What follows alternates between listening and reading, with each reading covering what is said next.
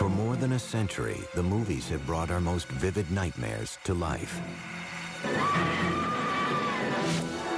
Often, the fear is conjured from fantasy, from imagining the unimaginable. But it's even more frightening when the demons are real. Based on a true story. Just that small phrase that these events actually happened sort of makes the film much more both relevant and much more terrifying. Norman Bates in Psycho, Leatherface in the Texas Chainsaw Massacre, Buffalo Bill in The Silence of the Lambs. Each of these characters had its origins in the same true story, the unspeakable crimes of a single man. His name was Ed Gein. The writers of fiction, who are really good at it, could take Ed Gein and you could make him almost anything you wanted to make him in the world of horror, because he had so much to work with. Gein's crimes were committed against the living and the dead. The depraved acts of a damaged mind, they slashed through the surface of a complacent age, revealing the darkness that lurked just below.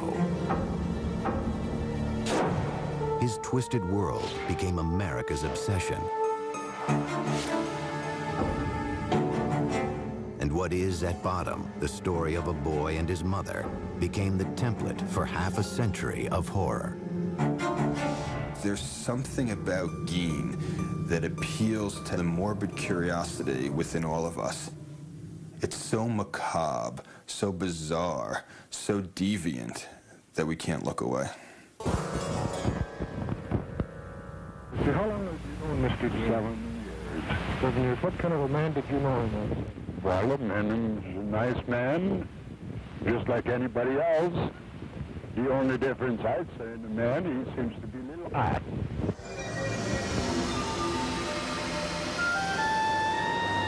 No one ever claimed that Plainfield, Wisconsin was a small-town paradise. In the fall of 1957, it was home to about 700 people, a quiet, hard-working place on the windswept flatlands of central Wisconsin. They had the main hardware store for that area, a food market. They had a restaurant or two, a saloon. There was nothing that would distinguish it from, probably 100 other communities in Wisconsin. That all changed over the course of one cold weekend, with a mysterious disappearance and a shocking discovery.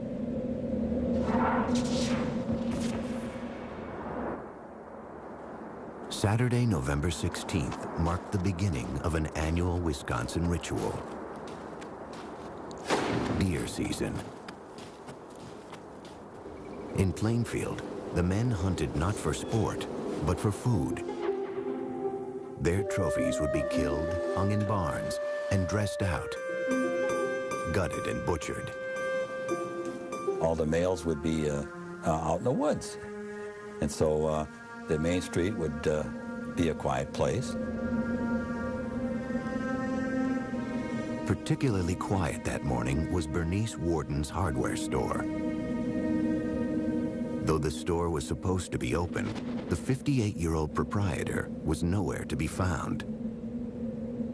I lived across the street from the hardware store where Bernice Warden ran her business. I believe it was in the afternoon.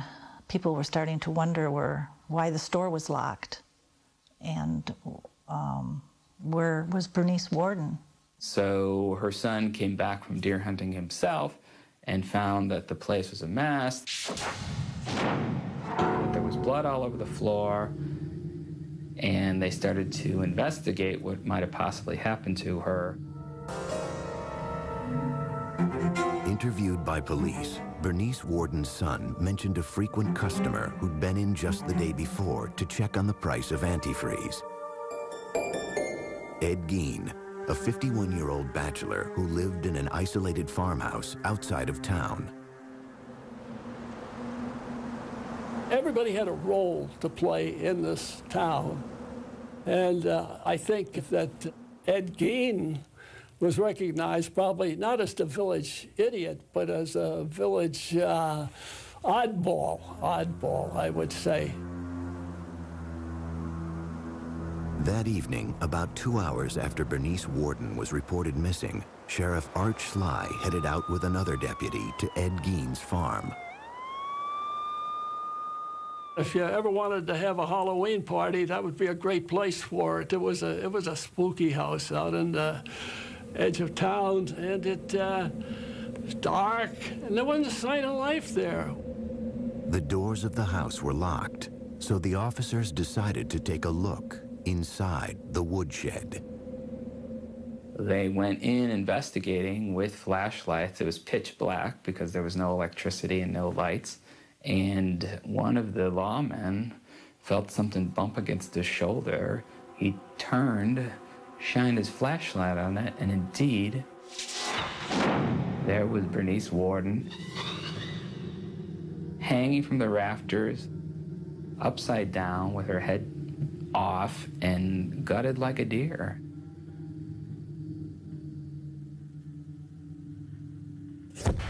Ed Gein was taken into custody that night.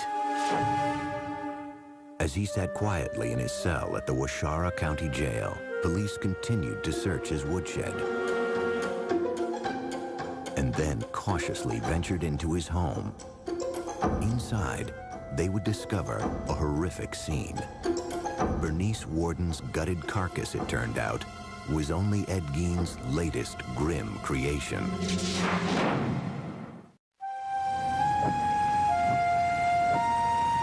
On November 16, 1957, the quiet farming town of Plainfield, Wisconsin, was abuzz with rumors about the murder of one of its residents. Bernice Warden's mutilated and decapitated corpse had been found that night in the woodshed of 51-year-old Ed Gein. With Gein now in custody, police prepared to enter his house for the first time.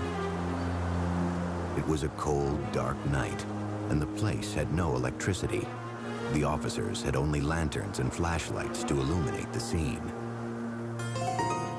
Well, Gein's entire house was in a state of really unimaginable squalor. It was so completely overwhelmed with the trash of a decade. It was chaos in terms of housekeeping. Well, you don't keep house. The kitchen was a jumble. Everything, there was dirty things here and newspapers laid up here and junk all over the place. But the officers discovered much more than mere filth. In plain sight, scattered throughout the house, was a ghastly array of human remains. Investigators were completely stunned and appalled to discover this incredible collection of human body objects. And among the things they found were bowls that had been made from the tops of human skulls. And then they found what looked like trinkets, but it was like a string of nipples from breasts, all on a string. They found a shade pole that was made from a set of women's lips. And they had found other body parts there. Then you'd go out into what would be like a living room, and they found furniture, a lampshade that was made out of human skin, chairs that were upholstered in human skin. They found face masks. Gein had apparently flayed the skin from the heads of the victims and preserved them and stuffed them with paper and hung them on the wall as decorations. Each disturbing discovery seemed to top the previous one, until finally, one officer came upon a brown paper bag. He opened the paper bag and saw a hank of human hair, and as he himself later described it, he said he had no idea what possessed him to do it, but just sort of reflexively, he reached in and pulled this thing out. To his horror, he discovered it was a woman's face. Worse yet, it was someone the cops recognized, a local bar owner named Mary Hogan, who had gone missing 3 years before. For 30 hours, the man apparently responsible for this gruesome spectacle sat in his jail cell, refusing to speak to investigators. Finally, they confronted him with Bernice Worden's corpse. And with that, Ed Gein began to come clean. He was perfectly happy to cooperate with the police. You know, all he asked for was a slice of apple pie with some cheddar cheese on top of it. And according to the investigator, Ed ate the thing, and after that he told them anything they wanted to know. They said, well, what's all these body parts in here, Ed? You know, how many people did you kill? All the dead stuff in his house, they just assumed that it was like murder victims. All told, Gein would confess to only 2 killings: Bernice Worden and Mary Hogan. The rest of his grisly artifacts, he said, were crafted from corpses he had stolen from local cemeteries.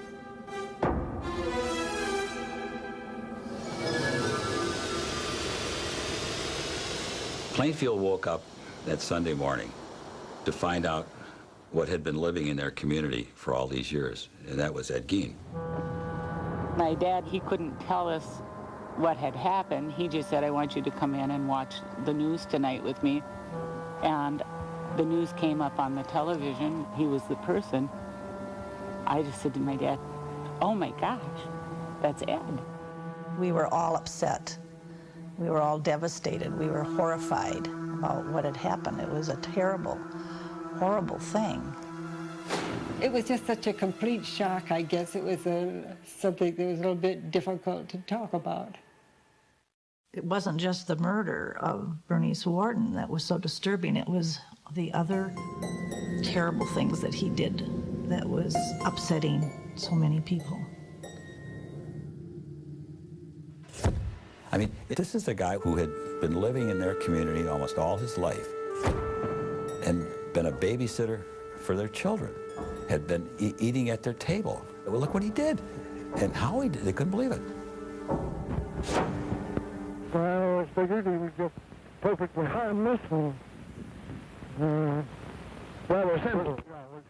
Plainfield's shock would soon be America's. Almost immediately, hordes of reporters descended on the town. It was the beginning of Ed Gein's transformation from anonymous psychotic to cultural icon. And it could all be traced back to the story of his childhood. Because in the words of Norman Bates, a boy's best friend is his mother. In November 1957, the gruesome tale of Ed Gein was making headlines across America. The country's morbid fascination with the man the papers were calling the Mad Butcher of Plainfield was not lost on author Robert Bloch, who was living in Wisconsin at the time. It was exactly the time that the Gein case was breaking in the newspapers, and Bloch immediately recognized that it would be a wonderful basis for a horror story. The result was Bloch's 1959 novel, Psycho, which Alfred Hitchcock would bring to the big screen the following year. The story of Psycho is the story of Norman Bates, a single, deeply disturbed mama's boy, for lack of a better word, who runs a hotel and murders unsuspecting young women who cause him to have any sexual urges or impulses. One of the main things that Bloch took from the Gein case was the psychological relationship between Norman and his mother, which very much parallels that between Annie and his mother. Augusta Gein had been dead 12 years when police entered the house she had once shared with her son. As they worked their way from room to room, searching for clues that might explain what would drive someone to commit such crimes, they came upon a doorway that had been boarded up. And by that time, of course, they had seen so many horrific things, they had no idea what they were going to discover behind the doors of this room. And when they broke it down, what they discovered was that it was a room that was kept in a state of perfect, pristine preservation. And that turned out to be the room of Ed's mother. The bed was made. There was a table, night table. Had a Bible on it. The room was very dusty, musty. The wallpaper was sort of a rose-tinted thing, but it was all kind of discolored. And that was his shrine to his mother. After his arrest, Ed Gein underwent a month-long court-ordered psychological evaluation. It was here that a picture began to emerge of life behind closed doors on the Plainfield farm, and Ed Gein's descent into madness.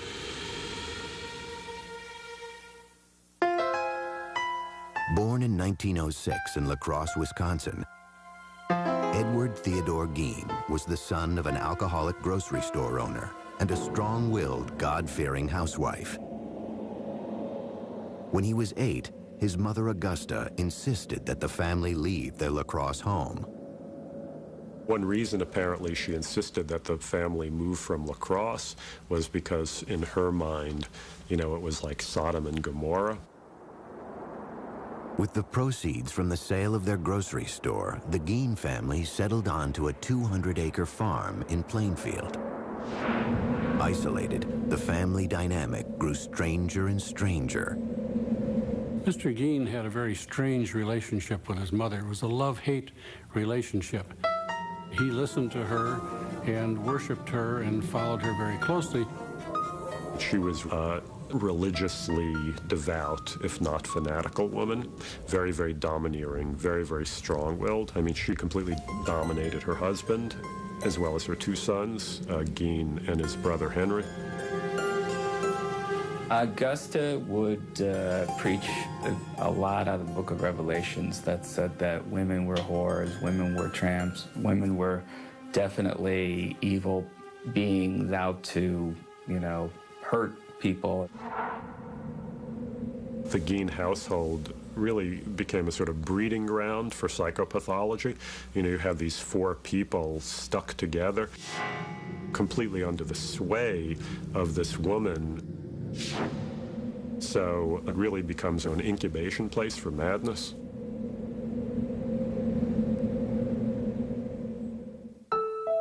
Gein attended school until the age of 14.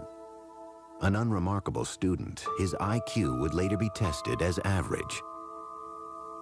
And when he finished school at approximately 7th grade, he just went home then and worked on the farm there. So he did not have contact with the outside world, shall we say, to any extent.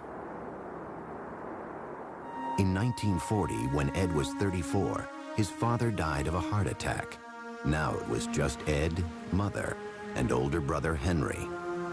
I think Henry was probably a genteel man who worked hard on the farm and tried to please his mother as well.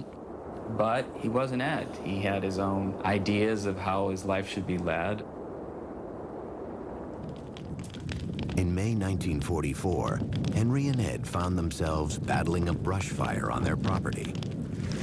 According to Ed, the fire got out of control and he lost sight of his brother. He went for the police, and though he told them he didn't know where Henry was, he was able to lead them straight to his brother's dead body. I've heard rumors that there were bruises on Henry's head that weren't ever explained away. But at the time, it was such a big tragedy for the family, it just became, you know, well, they've already been through enough. Ed and Mother were now alone, but their union would be short-lived. Just months after burying her son Henry, Augusta suffered a stroke that left her partially paralyzed. When Mother became ill, had a stroke, and was paralyzed, he cared for her very closely and literally, seemingly worshipped the ground she walked on. Sometime in 1945, Augusta Gein suffered another stroke. She died that December, a devastating blow to her 39-year-old son. His mother had completely undermined his manhood in every way. And at her funeral, he was reacting like a little schoolboy who had just lost his mommy, you know, and just crying hysterically. Everything that he knew in the world seemingly was gone. That was his one link with sanity that was remaining at that point. Until 1945, Ed Gein's world had been entirely defined by his deeply religious and domineering mother. Her death that December left him for the first time on his own. Living alone in an isolated farmhouse outside Plainfield, Wisconsin, the 39-year-old earned money by helping the townspeople with odd jobs or working on threshing crews. From the time I was pretty small, Eddie Gein was always just, you know, part of the crew. From where our farm was, he was about 2.5 miles away is all. And we'd get in the car and go over and see Eddie. We'd pull into his yard, and I can still remember doing that. And Eddie would always come out and talk to us in the yard. So we never was in his house or anything like that. He was not the, you know, the village idiot. That's for sure. The housewives in town, they would trust him. You know, can you fix this? I got a door that squeaks at, or, you know, can you fix the hinge on my door? Sure, I come over. He was a hard worker. When you paid him $1, you had $1.50 worth of work out of him. I mean, he didn't slack off. He wouldn't screw anything up. I think that everybody treated him, even though he was maybe a little, what you'd think, a little different, but Eddie was Eddie. Oftentimes, when the threshing crews broke for lunch, the women would provide them with meals. When you listen now, the women that would talk about it, they felt kind of funny when Ed would look at them. He would give off kind of a funny, it made him uncomfortable the way he would stare at them. Something about his eyes that bothered me. I didn't feel like he was a person I would... Strange. Gein had a reputation around town as odd, yet harmless. Behind closed doors, however, he struggled to cope with life after Mother. Psychiatrists who interviewed Gein concluded that during the years after his mother's death, his psychological problems crossed the line into psychosis. Mr. Gein's mother's death affected him tremendously. He had no other person to communicate with or talk with. And consequently, he just turned to his inner fantasies, his other interests, and found that without Mother, he didn't know what he was going to be doing. He would come home to this empty, decaying farmhouse. Again, that was without electricity, that was without indoor plumbing. He was completely isolated. Gein's mother had left him terrified of human contact, of women in particular. His loneliness, however, drove him to seek his own perverse sort of companionship. At some point, Gein said, he began to make nighttime raids on local cemeteries. Ed was a reader of the obituaries. He was fascinated by who had just passed away. Ed would find out when the service was going to be, where the burial was going to be, and as quickly as he could get there in the dark of night, he would go and open that grave and get that body. Mr. Gein substituted seemingly dead bodies for the activities that he had with his live mother before. If Mother was gone, he needed someone who literally could take her place. Gein took these desires to ghoulish extremes. Though it remains a mystery if he ever engaged in either sex with the corpses or cannibalism, some of the discoveries police would later make defied comprehension. There was what the police called a mammary vest, the upper torso of a woman that Gein had taken from the body and preserved and attached straps to. And then there were leggings that had been made from the skin of a woman's legs. And at times, it was reported that he would sometimes walk around with this mammary vest that he had managed to make from female anatomy, and he would attach it to his body. And apparently also sometimes take one of the female genitals that he had removed from a corpse and stick those on himself as well and pretend to be a woman. Eventually, however, violating the dead was not enough to satisfy Gein's morbid urges. It was around this time that he began patronizing Hogan's Tavern, a local watering hole owned by the bawdy, tough-talking Mary Hogan. That was one bar that hunters would, you know, after you hunt long all day, you generally stop and have a soda pop. And I recall she was very huge and very jovial and joked a lot. Her nickname was Bloody Mary. Mary Hogan was indeed a dirty talker. She spoke in profanity like a truck driver or a sailor or whatnot. I think when Ed Gein saw Mary Hogan, he saw some kind of grotesque, dark mirror image of his mother. On the afternoon of December 8th, 1954, a local farmer stopped into Hogan's Tavern to pick up some ice cream for his daughter. He goes into the bar, and he knew immediately that something was wrong. There was blood all over the floor, and there was money on the floor, and he just turned around and beat it out of there. Mary Hogan was nowhere to be found. When Mary Hogan turned up missing, there was talk about, they said they felt she'd been murdered, and she just was missing, and they just could not find her to go to heck for it. Police explored what few leads they had. Ed Gein was never questioned. No one considered him a suspect. It was too far-fetched to imagine that the quiet, hard-working bachelor could possibly be a killer. I can still remember, somebody said, well, I wonder where Mary Hogan is. Well, he said, she's over by my place. He said, I got her over there. And everybody said, ah, yeah, Eddie, you got her. Yeah, we know Eddie, yeah. As the leads petered out, it started to look like Mary Hogan's disappearance would remain unsolved. Until the night of November 16th, 1957, when police found her face in a paper bag in Ed Gein's kitchen. Maybe he felt he wanted to incorporate her into his home, and this was his way of bringing home a bride. But he brought her home as a corpse. As 1957 drew to a close, the people of Plainfield, Wisconsin were still reeling from the nightmare visited on their town. Ed Gein had been charged with the murder of hardware store owner Bernice Warden. But the discovery of his many other hideous offenses had brought instant infamy to Plainfield, along with a horde of reporters from around the world. This was the crime of the country at this particular November in 1957. And it just brought in basically the Western world's press. Had you ever been in the man's house? No, sir. Never been in there.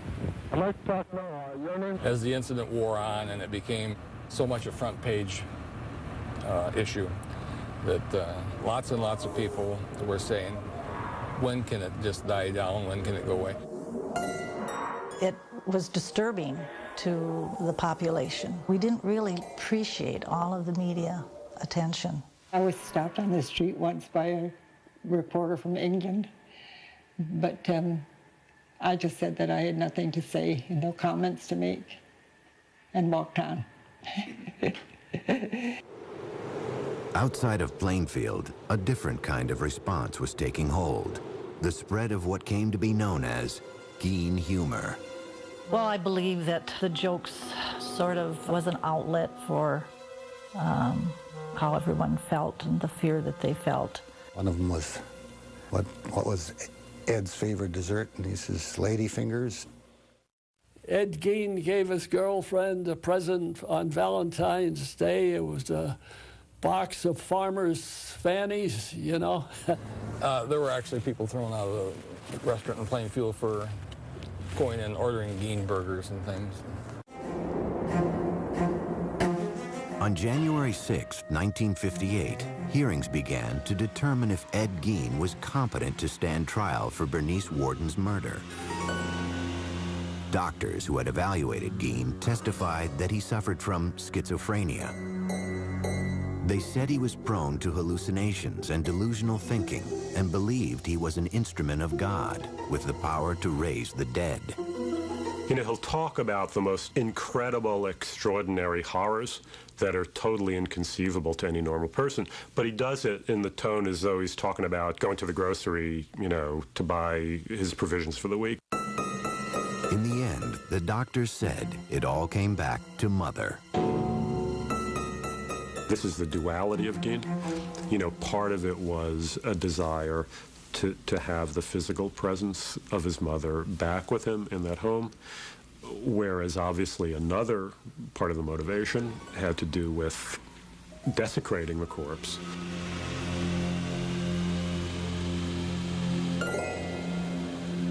Reporter Dick Leonard remembers sitting next to Gein as the sanity hearing drew to a close. At that moment, he says, he caught a glimpse of the scared, sick man behind the monster.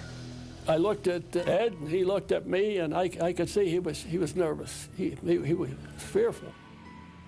And he says to me, "What are they going to do to me? What are they going to do to me?" So the judge raps everybody to be quiet.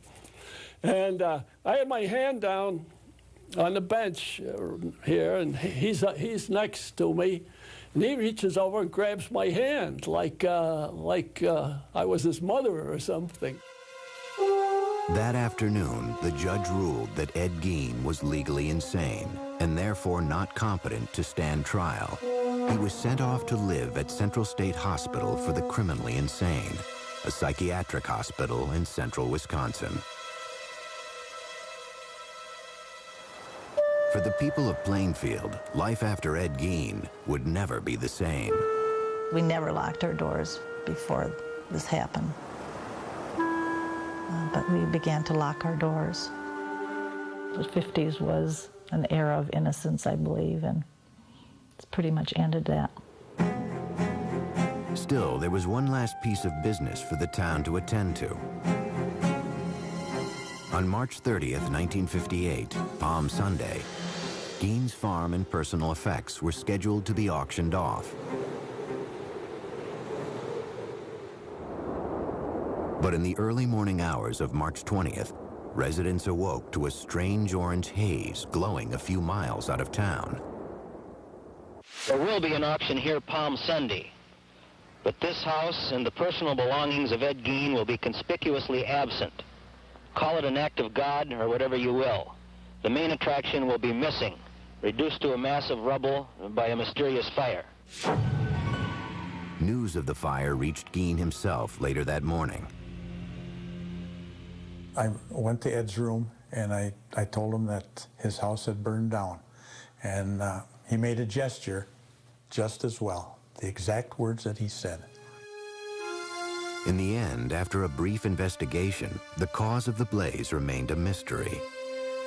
Residents of Plainfield were just happy the place was gone. The people in Plainfield were so happy that this house burned down and this was going to go away. We weren't going to be bombarded by the media. We were not going to be having tourists come to Plainfield to see Ed Gein's horror house.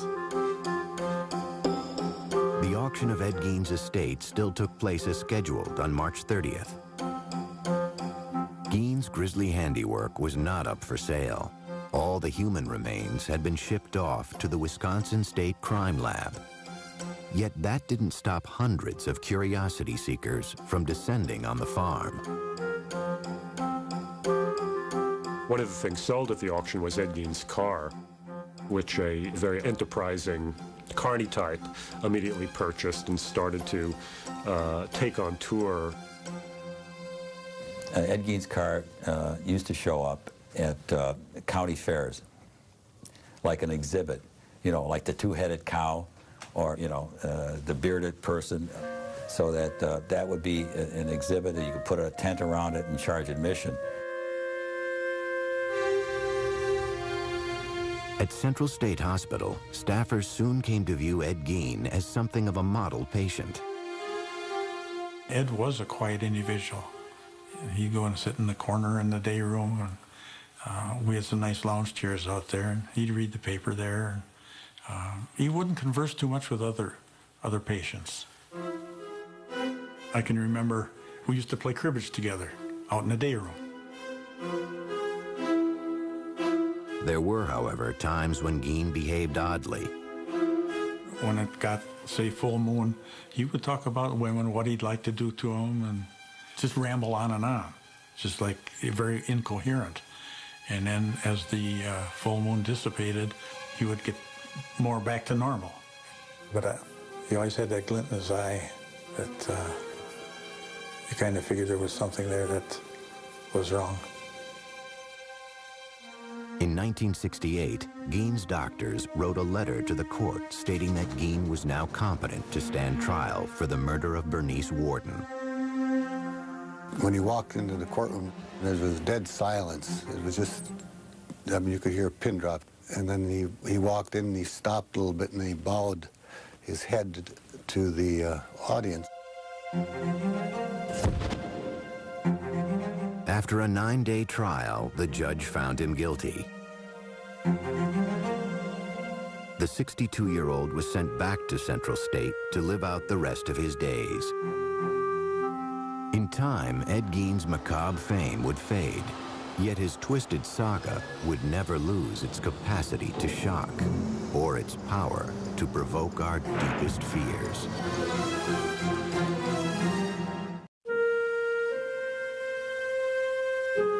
By the early 1970s, an aging Ed Gein was quietly passing his days in a Wisconsin mental institution. He'd go to his room a lot and lay on the bed and kind of daydream. So I don't know what he was thinking about. I couldn't read his mind, but we always had the thought that he was thinking about what he had done. Gein and his gruesome crimes had long since faded from the public consciousness.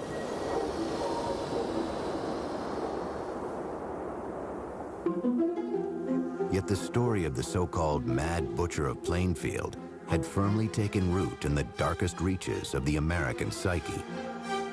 It was a time where he became almost unlifelike, almost like he was a creature of fiction, I think. Some type of a demigod, almost.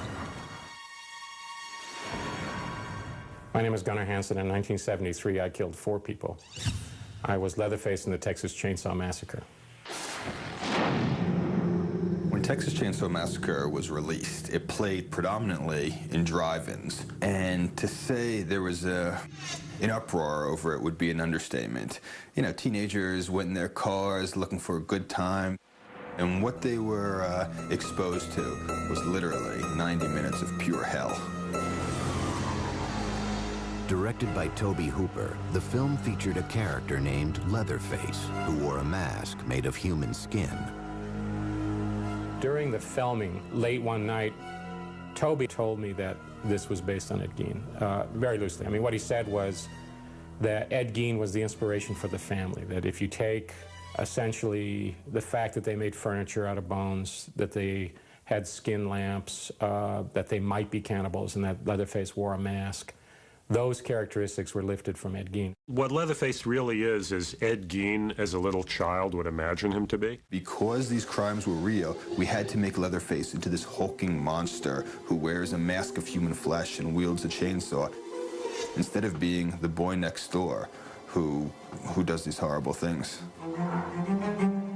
17 years later, a different take on the legend of Ed Gein would help make the film The Silence of the Lambs a critical and commercial hit. If you look at The Silence of the Lambs, where the Buffalo Bill character is trying to make a skin suit out of women's body parts, which is something that's based directly on Gein. The killer, the grave robber, all of the things that, you know, you want to get into a good horror story, he was there. He was their source. Because the imagination could take Ed Gein anywhere, and it has. The irony is that as twisted as Norman Bates was, as terrifying as Leatherface wielding his chainsaw is, and as pathologically insane as Buffalo Bill is, Gein was worse. Gein had everything these characters had in spades. 2001 saw the release of a low-budget independent film about the life of Ed Gein. I thought Ed Gein would be a good topic for a movie just because of the mindset of this person. This person who lives by himself with his fantasies and with just his loneliness and his mental illness, eventually steps over the line and becomes a killer. On July 26, 1984, Ed Gein died of respiratory failure. He was 77 years old. There wasn't too much emotion at that time. There wasn't much talk going on in town other than he's gone. He's dead. Ed Gein ended up being buried in the most appropriate place for him, right next to his mother in the Plainfield Cemetery. You know, ever since her own death in 1945, it had been his great dream to get back to her, and finally in death he had achieved that. Sometime after his death, Ed Gein's tombstone was stolen from the ground. It was eventually recovered and is currently being kept in storage at the Waushara County Sheriff's Department. To this day, however, groundskeepers at Plainfield Cemetery still find flowers and letters that have been left at his grave. There's no way in the world that anyone could ever decipher completely or even intelligently what Ed was thinking or doing. It's not the nature of man to do the things that he did. It's an aberration. The fact that Ed Gein was a sick man mentally, I don't think that mattered to any of us. He did some horrible things no matter what his condition was, and so we had no sympathy for the man. Mr. Gein was an example of a monster that was in hiding. He was not known to his neighbors. He presented a facade of normality to them, and that's why he literally could have the mask of sanity over the whole situation until he was discovered. Obviously, we can never really know. To ask what made Ed Gein is ultimately as unknowable as to ask what made Mozart Mozart. You just don't know.